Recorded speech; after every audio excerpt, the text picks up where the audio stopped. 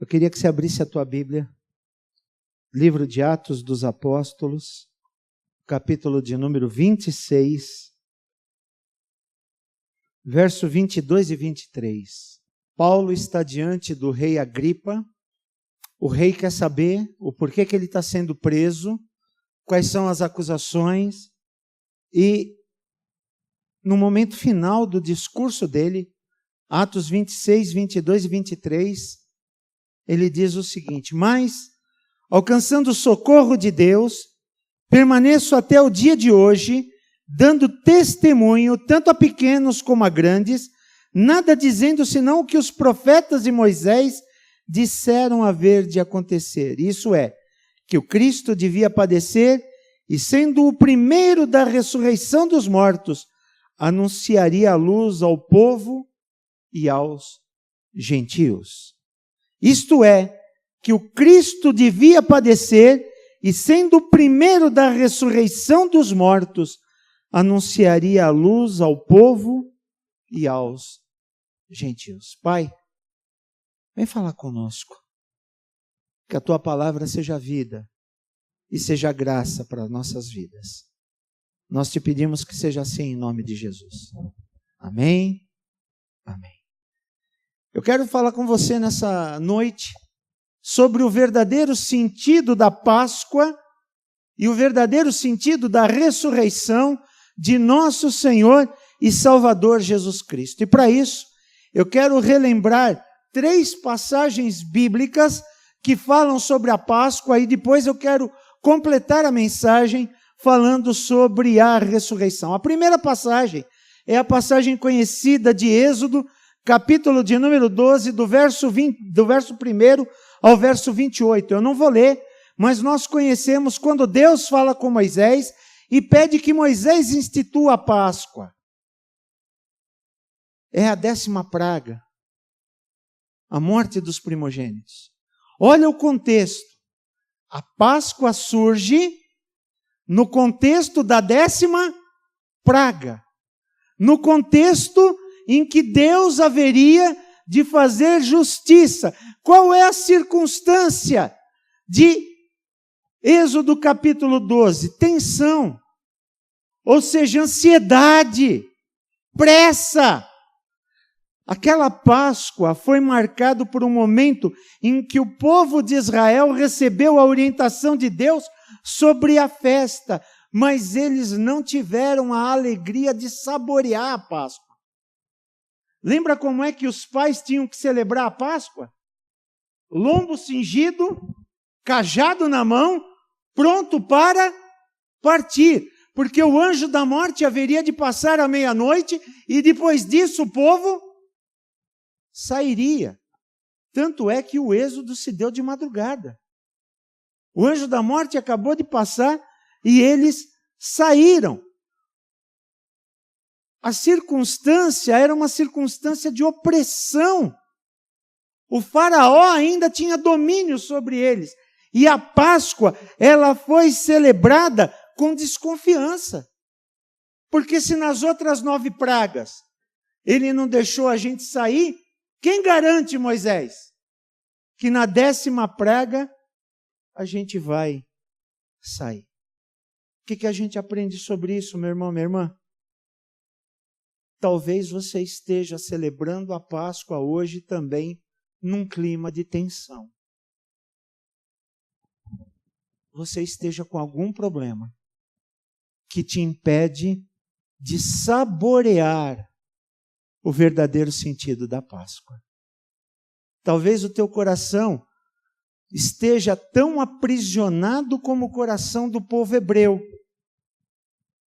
O coração do povo hebreu estava aprisionado a Faraó, estava aprisionado à escravidão. Talvez o teu coração esteja aprisionado às dúvidas, talvez o teu coração esteja aprisionado aos problemas, talvez o teu coração esteja aprisionado às ansiedades, talvez o teu coração esteja aprisionado às incertezas. Eu quero falar nessa noite que essa noite é noite de ressurreição. Essa noite é noite de passagem. Essa noite é noite de libertação. Talvez a tua circunstância seja a mesma circunstância da primeira Páscoa. Eu quero dizer para você que o Senhor é o mesmo que atuou no Egito e é o mesmo que atua aqui hoje. E é o mesmo que atua na tua vida.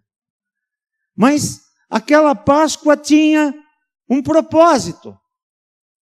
O cordeiro tinha que ser sacrificado, o sangue, como uma expressão de fé, era a proteção de Deus colocada no umbral das portas. A refeição entre família, o fogo como meio de preparação do animal, a mesa com o sabor da carne, mas também com o amargor das ervas. Não era só o churrasco, não. Não era só o churrasquinho, tinha que comer a verdura. Tinha que comer o almeirão. A erva amarga aqui, eu fui fazer uma análise, era o almeirão. Almeirão amargo. Os pães sem fermento. Nada podia ser esquecido. Tudo tinha um significado. Na nossa Páscoa, o sangue de Cristo, do Cordeiro, foi derramado e marcou sobre a sua vida. Você foi selado com o sangue da promessa. Nós vamos celebrar a ceia daqui a pouco. É a nossa refeição em família. Por isso que eu pedi que nós pudéssemos celebrar a ceia de manhã e à noite, porque agora ela tem um significado. Ela tem o significado da ceia em família. A família da fé. O fogo é o Espírito Santo que está no nosso meio. O pão sem fermento é a vida sem hipocrisia, que adora o Senhor. E o relato desse capítulo deixa claro que o sangue serviria de sinal para que o anjo da morte não ferisse cada casa indicada. Você tem o sangue de Cristo. Nós cantamos um cântico que diz: eu tenho a marca da promessa. E a marca da promessa não é nada de bênção. A marca da promessa é o sangue de Cristo nas nossas vidas. Cada um de nós tem a marca da promessa. E hoje nós sabemos que o sangue simboliza Jesus e o que Ele fez por nós na cruz.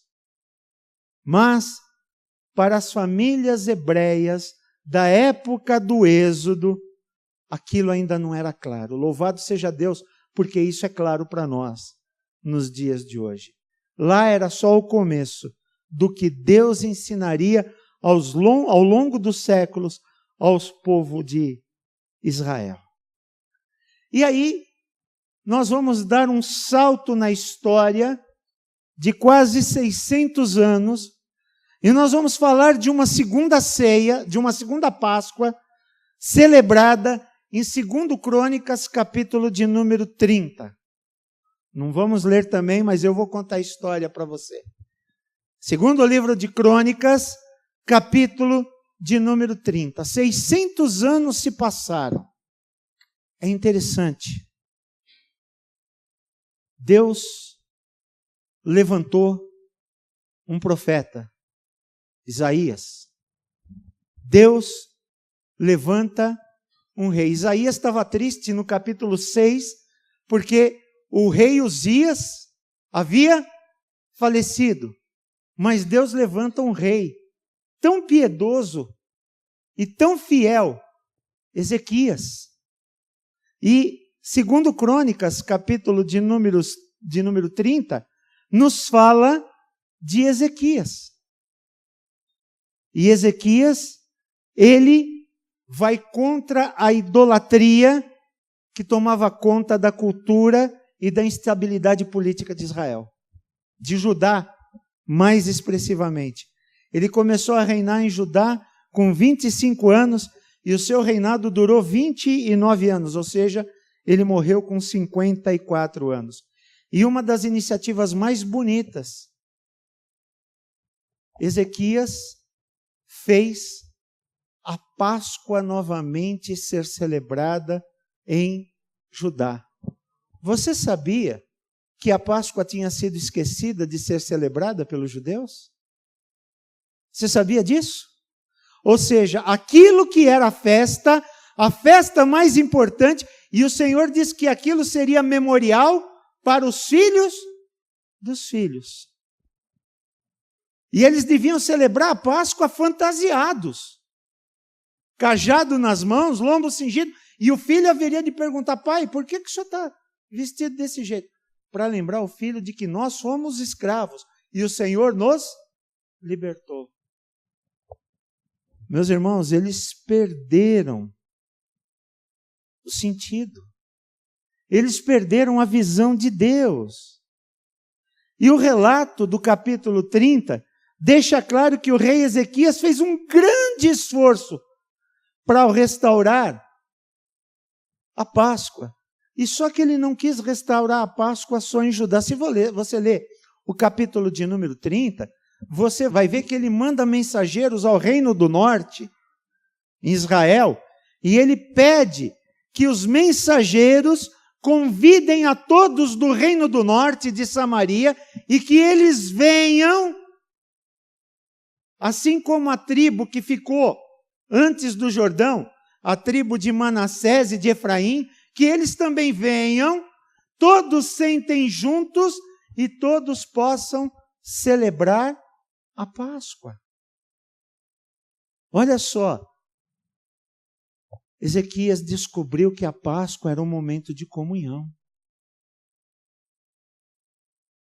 A Páscoa era um momento de que todos estivessem juntos. Mas como nos dias de hoje, naqueles dias também, nem todos aceitam o convite para fazer parte da comunhão da igreja. Quantos irmãos da igreja que já passaram conosco, hoje não sentem mais prazer de ter comunhão junto conosco. E não tem comunhão conosco e nem com nenhuma igreja. Eu fico triste de ver pessoas que partiam o pão na mesa junto conosco e que hoje estão fora da comunhão do Senhor. Se estivessem em outra igreja, eu até estaria contente, mas eu fico vendo pessoas que estão arrumando 1000 desculpas para não ir em igreja nenhuma. E se você for ver o verso de número 10 do capítulo de número 30, diz que nem todos aceitaram o convite e até alguns zombaram. Mas diz uma coisa interessante: os que saíram da sua terra e foram para Judá se dispuseram a buscar a Deus de coração. Verso de número 19. Páscoa é momento de comunhão. É momento em que nós buscamos a Deus de coração. Mas uma coisa que me chama a atenção nesse texto é que para aquele momento de Ezequias, a Páscoa era um momento de arrependimento. O povo estava perdido e o povo estava confuso na sua espiritualidade. Havia mistura de outras práticas religiosas. Naquele tempo não tinha o coelho, hoje tem o coelho, hoje tem o chocolate. Muitos estão misturando o sacrifício de Cristo com o ovo de Páscoa e com o coelho. Está dando uma confusão. O povo naquela época estava numa mistura religiosa. Baal, Deus, os deuses, os Baalins. E é interessante que Ezequias sabia dessa confusão mental que o povo estava, dessa confusão espiritual. E ele tomou a iniciativa de celebrar a Páscoa para que o povo se arrependesse e se lembrasse do relacionamento de Israel com Deus. Páscoa é momento de arrependimento. Amém? Páscoa é um momento de arrependimento. Era um momento para Ezequias de comunhão, mas era um momento de arrependimento. Mas se você for ver o finalzinho do texto, no verso de número 26, trouxe um novo ânimo para aquele povo. E aquele povo voltou a sentir alegria. E o verso 26 diz: eles sentiram alegria como desde o tempo de Salomão eles não tinham sentido. Olha só, o povo voltou a sentir alegria como desde os tempos de Salomão eles não sentiam. Louvado seja Deus. Páscoa traz alegria ao coração. E diz que o texto é tão sério que ele fala no verso de número 23 que a alegria era tamanha que excedeu os dias planejados para a festa. Veja só, quanto que era o planejado da Páscoa? 7 dias. A alegria de estarem juntos, a alegria de se arrependerem, a alegria de estarem na presença de Deus foi tão grande que aquele povo fez a Páscoa durar quanto? 14. Estava planejado para 7. A alegria foi tão grande que eles ficaram 14. Lógico que não é a nossa realidade. Mas, irmãos, vamos imaginar o seguinte, aquele povo, eles andavam pelo menos de 2 a 3 semanas, no mínimo, no deserto para chegar em Jerusalém. Você imagina você caminhar 3 semanas para celebrar um dia e voltar? A realidade tem que ser diferente. A realidade não é a nossa, mas diz que a alegria deles foi a alegria dobrada. O planejado era 7, eles ficaram 14. Louvado seja Deus. Páscoa é alegria. Páscoa é comunhão. Páscoa é arrependimento. Páscoa é celebrada apesar das circunstâncias. A terceira Páscoa que eu quero falar com você, ela está em Marcos, capítulo 14. A ceia de Jesus, a última ceia. Jesus, ele vai dar um novo sentido na festa da Páscoa. Ele faz com que essa festa dos judeus agora se torne um ato essencialmente novo e decisivo para a igreja. Para nós. Nós não fomos escravos do Egito, nós não abandonamos Deus em Judá, mas nós somos o novo Israel de Deus. Salvos e redimidos pelo novo sangue da aliança, que está em Jesus Cristo. Não mais pelos cordeiros do deserto, mas pelo cordeiro que morreu na cruz e derramou seu sangue por nós. E aí, o Senhor vai dar um novo sentido para a Páscoa. Qual é o novo sentido? Jesus celebra a Páscoa da mesma maneira que a Páscoa foi celebrada no Egito. A sombra da morte. No Egito, pairava 2 sombras de morte. A morte que o faraó podia infligir aos hebreus, porque eles eram escravos, e a morte que Deus podia infligir sobre os egípcios com o anjo da morte. Aqui, Jesus celebra a última ceia de Páscoa sobre a égide da morte, ou seja, a sombra da cruz. Mas uma coisa interessante, os discípulos, eles vão preparar a Páscoa, porque Jesus disse que o tempo dele era chegado. Os discípulos sabiam que alguma coisa iria acontecer. Tanto é que Pedro, ele diz para Jesus, Senhor, de maneira alguma nós vamos deixar que isso te aconteça. O Senhor diz, arreda-te de mim, Satanás. Como é que você não vai deixar?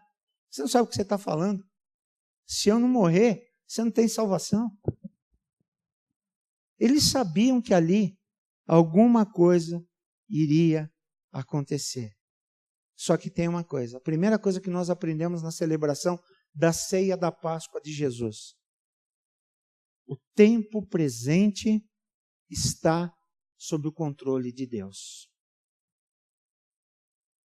Os planos de Deus não podem ser frustrados. Os planos de Deus não puderam ser frustrados na vida de Jesus. E a Páscoa nos ensina de que os planos de Deus não podem ser frustrados sobre a tua vida e sobre a minha vida. Amém? Deus tem o controle. Deus tem o controle do presente da nossa vida. Deus tem o controle do tempo que se chama hoje. Deus controla todas as coisas.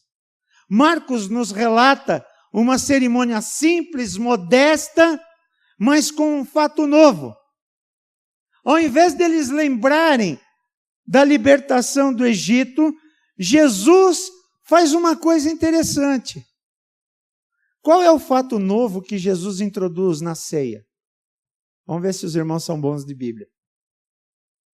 O que aconteceu de excepcional? Só naquela ceia. Que não acontece em nenhuma outra.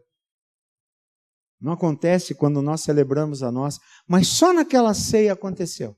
Veja, eles não tinham que relembrar a Páscoa dos judeus, o passado. Jesus introduziu um fato novo. Que fato novo foi esse? Bem esquisito, por sinal. Jesus disse que um dos discípulos trairia ele. Que coisa esquisita, né? Na ceia, Jesus diz que um dos discípulos o trairia. Esse é um elemento novo. Aquele que mete a mão no prato comigo, que andou comigo, que diz que é meu discípulo, esse há de me trair. Na hora que nós celebramos a ceia, o apóstolo Paulo, ele nos orienta dizendo: examine-se, pois, o homem a si mesmo, pois quem come, bebe indignamente. Come e bebe juízo para si. Um parêntese, me permita, meu irmão, minha irmã. Quando você participa da ceia como mero ritual, sem ter comunhão com Deus, você está traindo Cristo. Como no dia da última ceia. Porque Judas participou da ceia sem amor. Judas participou da ceia sem comunhão. Judas participou da ceia sem vontade. Quando você participa da ceia como ritual, sem discernir o corpo e o sangue, sem discernir comunhão, você está metendo a mão no prato, como disse o Senhor, o traindo, dizendo que você é cristão, sem viver como um verdadeiro cristão. Outra coisa interessante, Jesus, ele diz que ele é o Cordeiro. Na ceia da Páscoa devia ter o quê? O Cordeiro e as ervas amargas. Na ceia de Jesus tinha o quê? Pão e vinho. Olha que diferença. Não era a ceia dos judeus, era uma ceia diferente. Ele celebra a última ceia, ele celebra a ceia de Páscoa sem cordeiro. E por que a ceia foi celebrada sem cordeiro? Porque ele era o cordeiro. João 1:29, eis aí o Cordeiro de Deus que tira o pecado do mundo. O sacrifício era dele, por amor a mim e por amor a você. E Jesus ordenou aos seus discípulos que eles bebessem do cálice da nova aliança no seu sangue e que eles comessem do seu corpo, porque isso era novo, isso era uma nova aliança. É interessante, meu irmão, que essa terceira passagem nos leva a louvar a Deus por Jesus Cristo e pelo seu sacrifício na cruz, porque ela nos salvou. É interessante. 3 passagens sobre a Páscoa. Uma debaixo do medo, mas revestida de esperança. A primeira Páscoa. A segunda Páscoa, a Páscoa de Ezequias, revestida de um sentimento de arrependimento, de comunhão e de alegria, que deve tomar conta da vida da nossa igreja. O terceiro, o sentimento da esperança, de que nós vamos celebrar as bodas do Cordeiro quando nós estivermos com Ele na glória. Amém? E aí, nós vemos que a Páscoa aponta para o sacrifício de Jesus por nós. Mas a Páscoa, ela se torna luz para os judeus e para os gentios, porque Páscoa sem ressurreição não é Páscoa. A Páscoa só se tornou a festa dos cristãos, porque Jesus ressuscitou. Não foi porque ele morreu. A palavra de Deus diz que se ele tivesse só morrido, vã seria a nossa fé e vã seria a nossa pregação. Mas por que a Páscoa tem sentido para nós? Porque Cristo ressuscitou na Páscoa. Só por isso. A Páscoa tem sentido para nós, porque nós somos o novo Israel de Deus, e ela não mais tem sentido de escravidão, ela não mais tem sentido de passagem, mas ela tem o sentido de que a ressurreição fez com que a nossa fé fosse algo útil. E aí eu encerro a mensagem dessa noite dizendo para você que após esses 3 pontos que eu observei, eu queria que você olhasse para a sua igreja, que você olhasse para a nossa comunidade, para a realidade que ela vive e pudesse dizer que a nossa igreja, se ela ainda não é, ou se está faltando alguma coisa, ela vai ser uma comunidade da esperança. A nossa igreja vai ser essa comunidade da esperança. A nossa igreja é e vai ser aquela que celebra com alegria. A nossa igreja vai ser aquela que celebra o perdão. A nossa igreja vai ser aquela que vai aprender a viver em comunhão. Porque nós conseguimos testemunhar a fé viva uns para com os outros. E nós temos que aprender a testemunhar essa fé viva para aqueles que são de fora. Aprenda, meu irmão, a celebrar a Páscoa por completo. Eu dei para você aqui 3 exemplos de Páscoa. 3 passagens bíblicas. Velho Testamento, a primeira Páscoa, Êxodo capítulo 12. Uma Páscoa restaurada. Segundo Crônicas, capítulo de número 30. O novo sentido da Páscoa. Marcos. E a celebração da ceia pelo Senhor. E Paulo, dando ao rei Agripa o sentido da ressurreição em Jesus Cristo. Porque se Cristo não houvesse ressuscitado, não tinha sentido nós celebrarmos a Páscoa. Nós só celebramos a Páscoa porque Cristo nos ressuscitou. Aleluia. Ele ressurgiu. Nós vamos cantar isso daqui a pouco, no final do nosso culto, declarando que Cristo ressurgiu. Amém?